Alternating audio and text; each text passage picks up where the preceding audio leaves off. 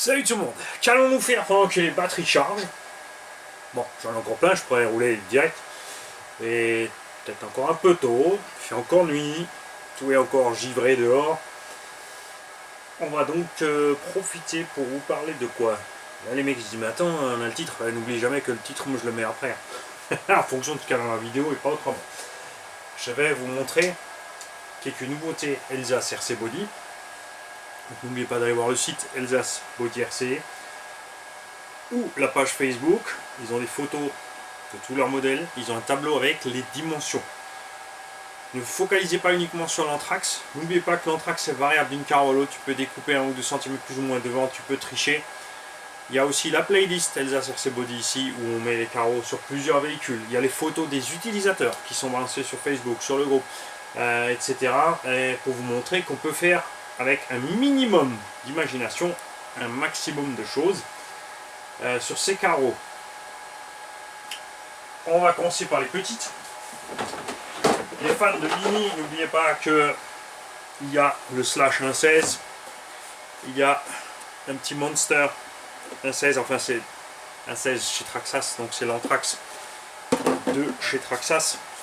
Ça va par exemple sur un LC Racing Monster. On a paumé Pierre-Yves, c'est quoi cette histoire? Bon, il est là.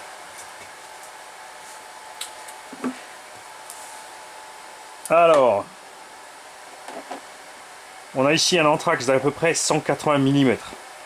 Évidemment là sur une petite carreau comme ça, on parle pas, tu peux pas tricher de 2 cm, hein. Tu pourras peut-être décaler un peu la découpe arrière ou avant selon là où tu le mets.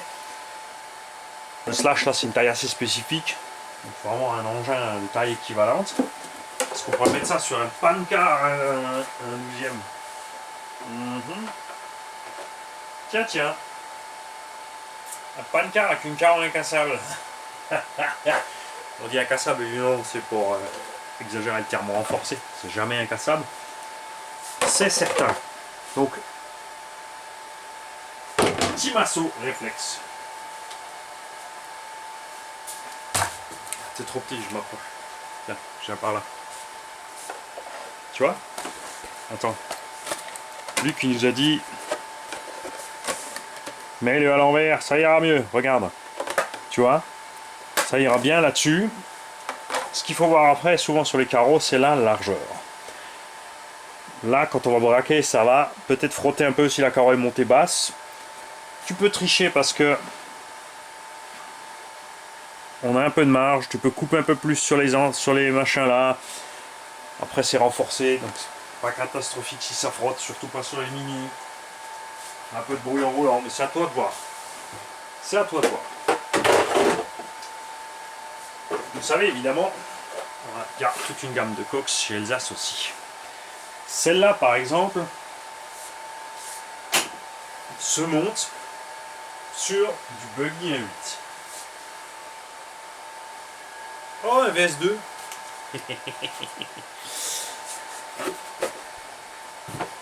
Ouais, moi je rigole puisque à l'heure où je fais celle-là, vous n'avez pas encore l'autre. Ça se monte sur du buggy 1.8. Néanmoins et toutefois,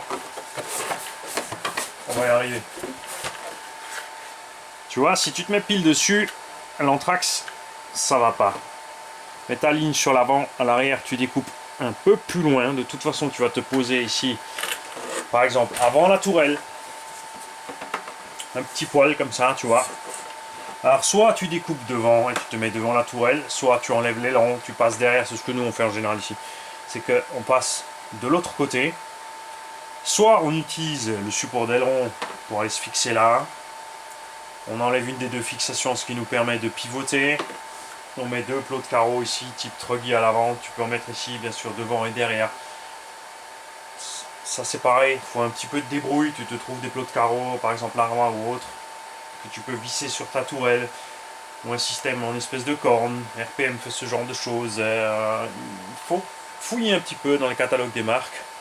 Aller sur les sites des constructeurs et aller dans leur vue éclatée. C'est ce qu'il y a de plus simple. Regardez un peu les photos des modèles qu'il y a sur le marché. Il y a toujours moyen de bidouiller un petit truc sympa pour mettre ça. Quand tu mets ça sur un buggy, ne pas oublier que les roues, par contre, là avec l'Anthrax, on va être serré. Donc pour ne pas frotter, tu dois monter des élargisseurs. Là c'est pareil. Je précise, on parle d'élargisseur parce que beaucoup sont paumés. Si tu t'obstines à écrire élargisseur hexagone de buggy 1/8, tu trouveras rien. Laissez tomber les recherches françaises. Il faut mettre wheel, W-H-E-E-L, extender, E-X-T-E-N-D-E-R, wheel extender, 17 mm. Après, tu vas tomber sur des trucs génériques chinois où tu trouves du plus 12, plus 17, plus 24, en fait des trucs peut-être un peu exagérés. Au bas, ouais, une gamme, plus 2, plus 4, plus 6, plus 8, plus 12. Ils sont chers, c'est sûr. Mais ils ont pris soin de les faire en alu 70, 75 T6. Super light, malgré que ça soit élargi. Tu vois. Le plus important, c'est au niveau de la goupille ici. Ça, c'est du 2,8. Beaucoup utilisent du 3. Enfin, tu as un peu des deux. Tu as du 2,8 et tu as du 3. Si tu as du 2,8, tu peux repercer à 3. Si tu as du 3 sur ton buggy, tu montes un hexa en 2,8, tu le perces. On est d'accord. Par contre, si tu as le trou qui est dans la fusée, la tête du cardan s'appelle la fusée, est en 2,8, et toi tu reçois un hexagone avec des axes de 3, tu as un problème. Ici aussi, puisque c'est vissé. Donc ça c'est du 2,8, c'est un truc de 3, tu ne peux pas percer, puisque à ton filetage là, ça va se balader. Donc ça, ce sont des choses auxquelles tu dois faire attention. C'est là que ça sert d'avoir les commentaires de la chaîne, auxquels tout le monde répond toujours. Une fois par jour, je passe par là, je réponds à tout le monde. Donc tu poses ta question et tu patientes. Avant de faire une bêtise, tu peux demander aussi sur le groupe privé du garage, par exemple, où plein de gens iront te répondre. C'est là que le partage est important. Parce que j'ai beau avoir plein de modèles, je n'ai pas monté les élargisseurs sur tous les modèles, donc je ne les connais pas tous. C'est pour ça que c'est important d'avoir le retour des utilisateurs. Si tu me dis, voilà, j'ai un Mugen machin, je vais monter cette coque, il me faut des élargisseurs, est-ce que quelqu'un sait ce qui se monte? Il y en a sûrement déjà un qui aura essayé, et avec la chance, il passera par là pour te répondre. Ça, c'est ce qui est cool. Cette coque, on l'a montée aussi sur du Truggy. Oh, SSCage. Pour la monter sur Truggy, on l'a mis devant la tourelle, comme a fait Arma avec le Outcast. Tu découpes pas ici, tu laisses entier, tu poses devant, peut-être juste l'arrière hein, pour donner un petit peu le look. J'avais même coupé l'arrière, parce qu'on avait, chez ProBody, on avait le moulage du moteur. J'avais démonté le moulage du moteur, j'avais coupé là et je l'avais fixé à l'arrière pour rigoler, pour rire. Hein. Utilité 0. Et puis visibilité 0 aussi, mais c'était funky. Mais pour ça, on a demandé à Alsace de nous faire une version extended. Donc eux, ils ont la Baja Buggy. Baja parce que les ailes sont plus prononcées pour mettre les phares. Et ils nous ont fait une version étendue. Alors cette version étendue a gardé l'anthrax départ, mais a été allongée pour l'arrière pour plusieurs raisons. Comme ça, tu peux la monter sur buggy avec l'anthrax découpé exactement où tu veux. Évidemment, le look, c'est délicat puisque il fallait pas qu'elle soit plus large pour garder la longueur.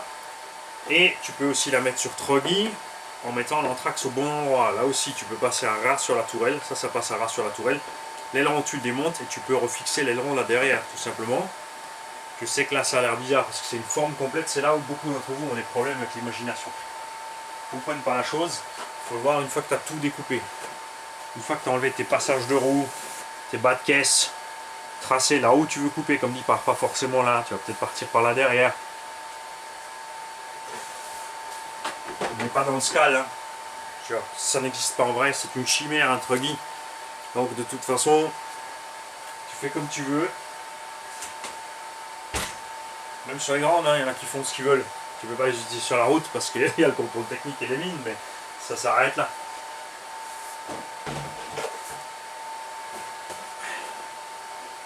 On a pour le Losi LMT, Grave Digger et le UVA Digger qui est un peu différent au niveau capot et pare-brise. Pensez-y, les plaques en verre sont en 3 mm. Donc sur un MT où tu vas bâcher dur, qui a pas, si c'est pas le LMT qui a la cage à l'intérieur, tu ne te sers pas du 3 mm. Alsace préfère, vous préconisez le 4 Ils ont totalement raison. Je peux que vous conseiller le 4. Pour ces engins-là, si tu as un LMT, par contre, tu as la cage à l'intérieur, donc évidemment, même les carreaux un peu plus fines, c'est pas un problème.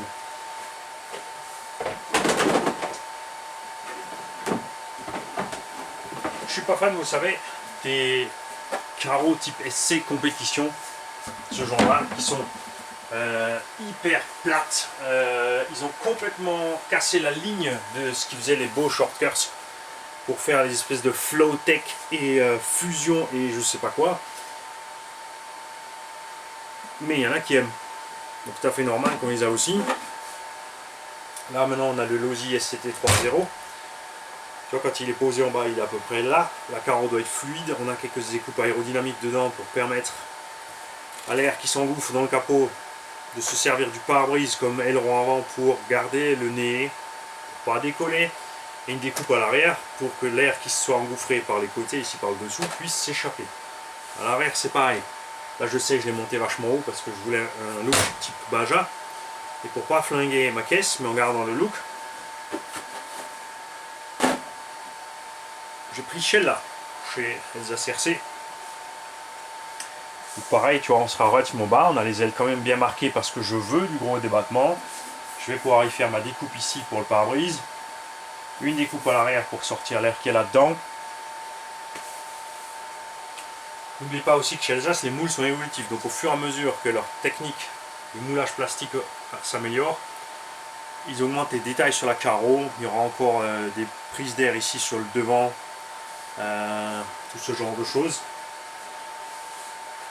Ce type de carreau sur GTA 8, c'est vachement bas, ça va coincer. Au niveau de la tourelle en général. Donc ils en font d'autres où les moules sont plus longs, plus hauts.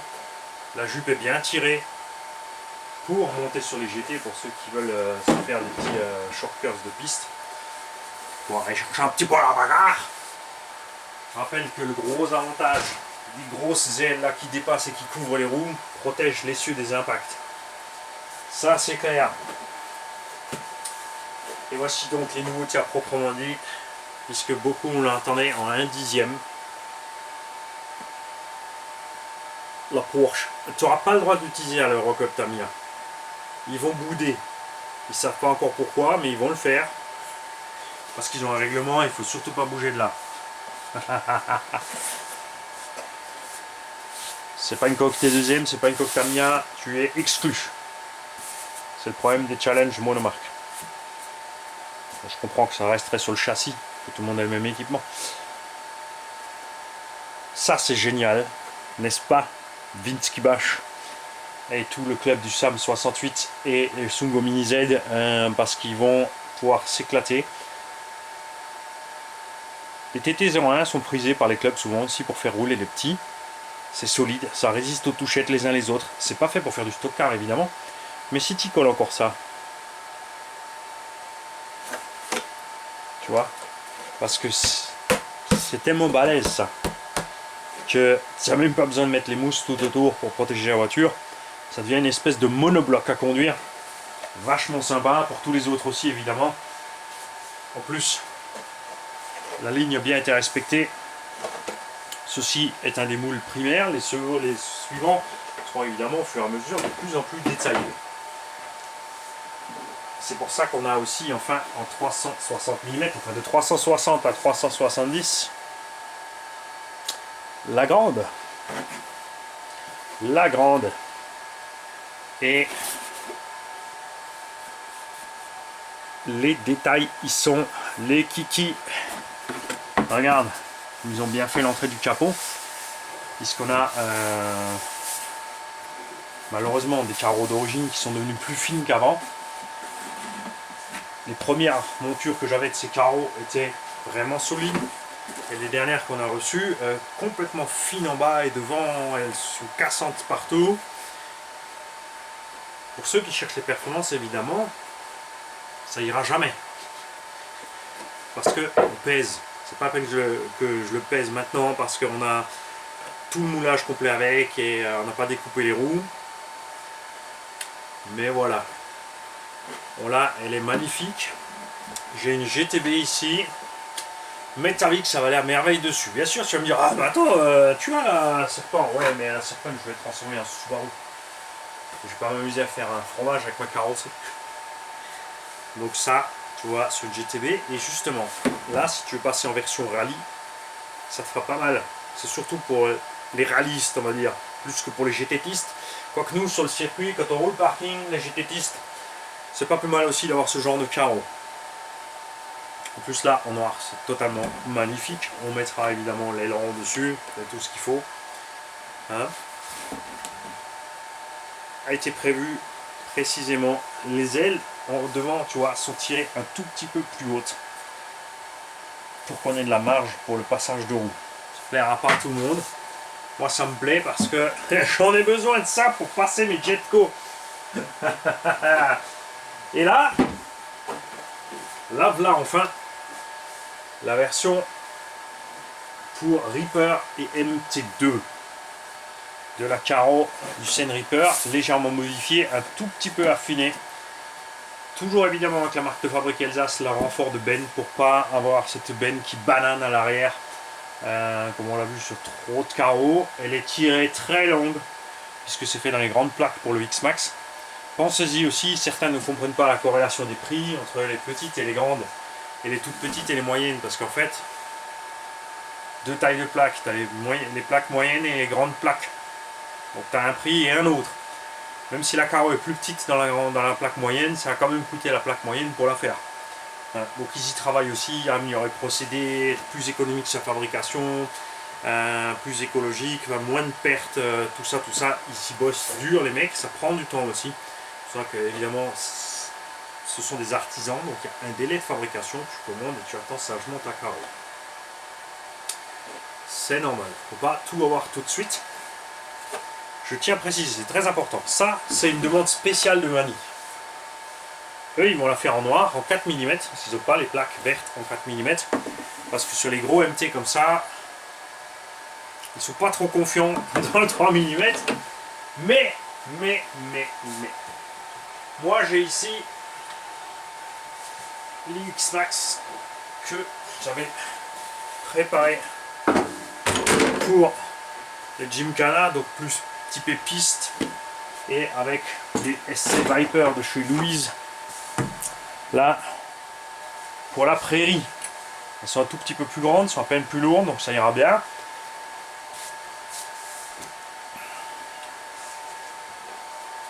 Pour faire une espèce de, voilà, il sert d'engin de piste quand c'est vraiment dégueu, quand la piste est vraiment défoncée. Ça fait pas mal au cœur quand je fais les Gymkhana avec ça. Évidemment, on mériterait un châssis plus bas pour le Gymkhana. De l'autre côté, comme je l'utilise aussi dans la prairie comme remplacement de truggy léger, puisque Outcast, Creton, tout ça, j'aime bien, j'en ai évidemment, je l'ai en 12. Mais justement, il fait 14-15 kg, il faut du 12. Là, comme on a des roues très légères, ce machin-là, avec les batteries dedans, est sous les 10 kg. C'est là que c'est sympa. Enfin, il était sous les 10 avec le combo d'origine. Là, j'ai passé le Boeing 1100 et j'ai mis le VXL 8 à bord. Pour l'instant, monté en bas, je sais que les risques de chauffe sont vraiment montés en bas parce que le moteur, évidemment, est un peu plus long, donc c'est plus proche du moteur. Mais je vais vous montrer ce que ce petit VXL 8S peut faire. Le Max 6, par exemple, ne peut pas faire tourner un 56-92. J'avais essayé dans le FG Baja. 5 minutes et j'étais en coupure thermique sur le Max 6. J'ai mis un Vélignon à bord. J'ai pu faire plus d'un quart d'heure. Donc, passer tout mon pack de batterie, le VXL a pu le faire parce qu'il a un courant constant plus élevé. Je sais, c'est tout à fait normal que beaucoup de gens le boudent parce que la fiabilité des Vario VXL Traxxas, c'est la roulette russe un petit peu. Donc c'est un peu dommage. Voilà, donc là on est en 25-35, module 1,5 avec le 1100 kV. Pour l'instant on avait un 56-92 en 980, là on est passé sur un moteur un peu plus petit parce que on plafonnait. De toute façon on moulinait dans le vide, ça s'entendait, le truc qui buglait à mort. On a des brides de suspension de norme, si vous voulez savoir pourquoi il est aussi bas. Voilà, on est bien. On est quand même relativement souple parce que j'aime ça. J'aime quand il lève une patte à l'axel et tout. C'est évidemment toujours piège dans un virage quand ça chauffe. Et là, ça va y aller super, surtout avec ce petit ajout là. Je vais faire ma petite découpe. On va monter le système de fixation Traxxas à l'intérieur et on va mettre cette carreau avec le système de fixation d'origine. clic-clac, c'est dedans. On peut prendre celui du RMO pour plein d'autres engins, on peut prendre celui du pas du Rustler, si du Rustler et le Hoss. Tout ce genre de fixation s'adapte sur plein de machines. Ce qu'il vous faut, c'est avoir une liaison entre les deux plots de tourelle, c'est à vous d'y mettre. J'étais trop feignant pour le faire, mais la fixation du X-Max par exemple va sur le Mojave. Entre autres. Donc il y a moyen d'adapter ça partout avec un minimum d'imagination. Cette carrosserie étant plus fine, comme les roues sont plus fines de piste, et bah, ça lui va beaucoup mieux. Ça allège un peu le design complet du X-Max. Et quand tu as des petites roulettes comme ça, évidemment, je préférais trouver ceci.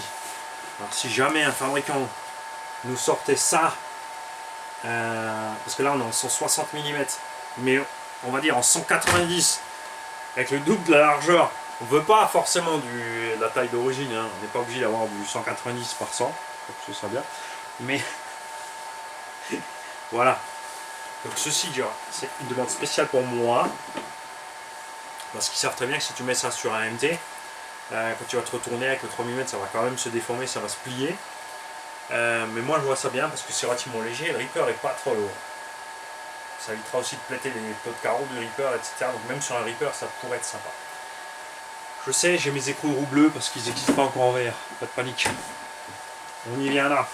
Soit ils vont finir par les faire en vert, soit je vais tout simplement les décolorer pour au moins pas avoir le bleu avec le vert. Ça fait un petit rappel du Vario. Tu me diras, il est prise. N'importe quoi, elle m'a dit. Donc un grand merci à Elsa CRC Body. Je répète, page Facebook, page officielle dont le lien est sous les vidéos dans le descriptif, tout comme les gars qui font les stickers.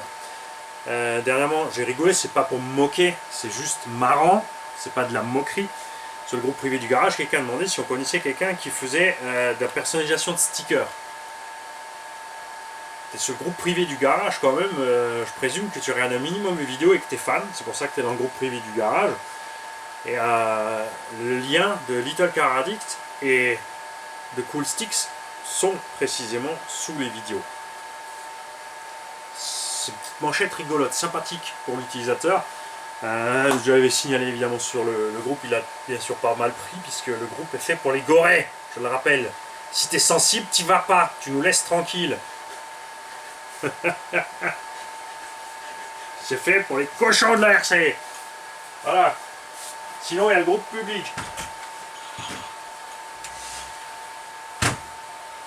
Plein d'autres choses arrivent évidemment chez les RC Body. Un top secret.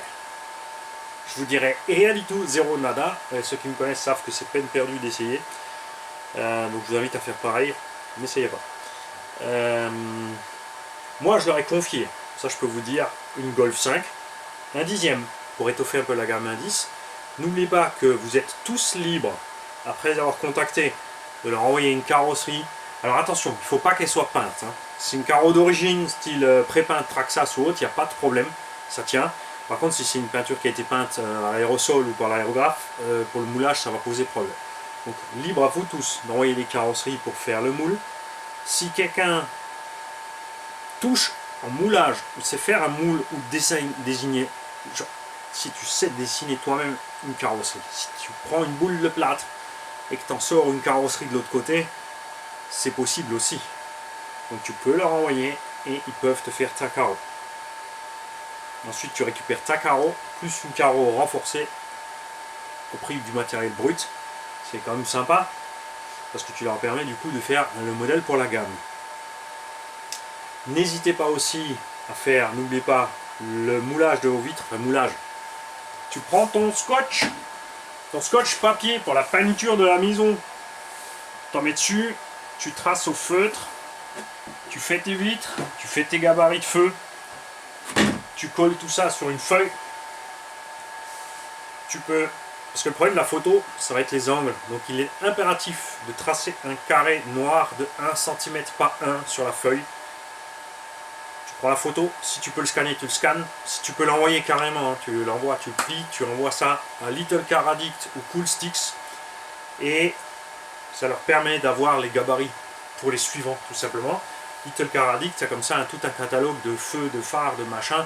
Il fait aussi des trucs génériques. C'est une carrosserie où il n'existe pas encore les feux, tu peux prendre un truc générique. Si tu es pointueux pour faire du scal, fais tes gabarits. Si tu veux juste une déco feu, machin, bidule, tu demandes le reste. Pensez-y. Faut partager. Genre, les gars peuvent pas tout avoir au catalogue. C'est impossible pour eux d'acheter toutes les carrosseries du marché, toutes les moulées.